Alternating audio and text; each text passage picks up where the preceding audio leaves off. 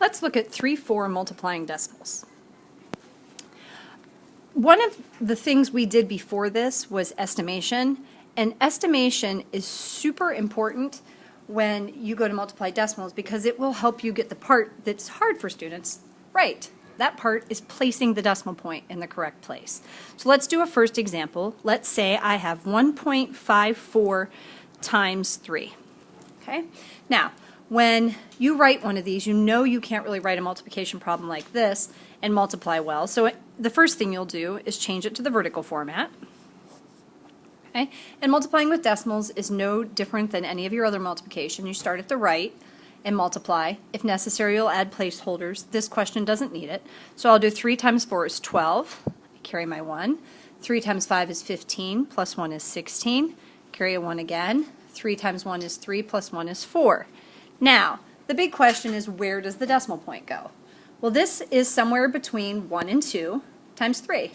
So 1 times 3 would be 3, and 2 times 3 would be 6. So your answer is somewhere between 3 and 6. So now there's no question that the decimal point should go here.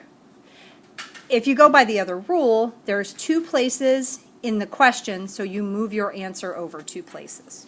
But this will help you place it if you estimate. Okay, second question.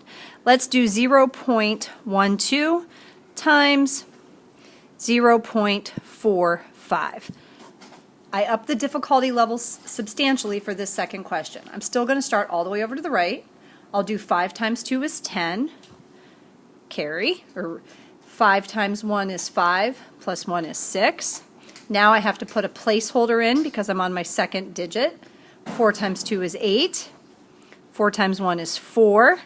I add them up, 0, 14, 5. Okay, so now my answer I know is not 504. I mean, this is a tenth of 4. In fact, if I count, I have 1, 2, 3, 4 decimal places. So I have to actually move in 1, 2, 3, 4 places to put my decimal point in. I had to add a 0 to get my answer right. So this is the easiest kind where you can estimate your answer and decide where the decimal point goes. And this is the hardest extreme where I have to count and move it over a number of places. Okay? And there'll be a lot of questions that are somewhere in between. An example, something like this. Okay, so the multiplication is really easy. 4 times 3 is 12. But again, how many places? 1, 2, 3. So I'm going to move it, I need to move it over 3 places from the right. Sometimes students think from the left.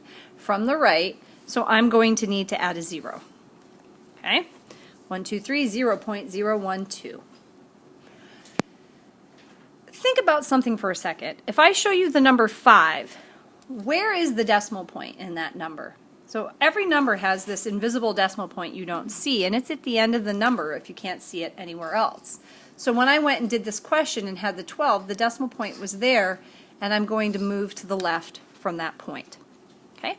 This section also has some questions where they want you to do, here's 6x, and it says to evaluate for each value that you're given for x. So evaluate when x is, well, let's make x 1.4. Okay, so I have 6x. This indicates multiplication, right? There's another invisible thing. There's a visible multiplication symbol there. So I'm going to do 6 times x. I'm going to do 6 times 1.4. Now, 1.4 times 6 is the same thing as 6 times 1.4, and I personally need to put the one with more digits on the top. I never mastered flipping it around. It always feels wrong. Okay? So now I'm going to do 6 times 4 is 24. Carry the 2. 6 times 1 is 6 plus 2 is 8. Okay?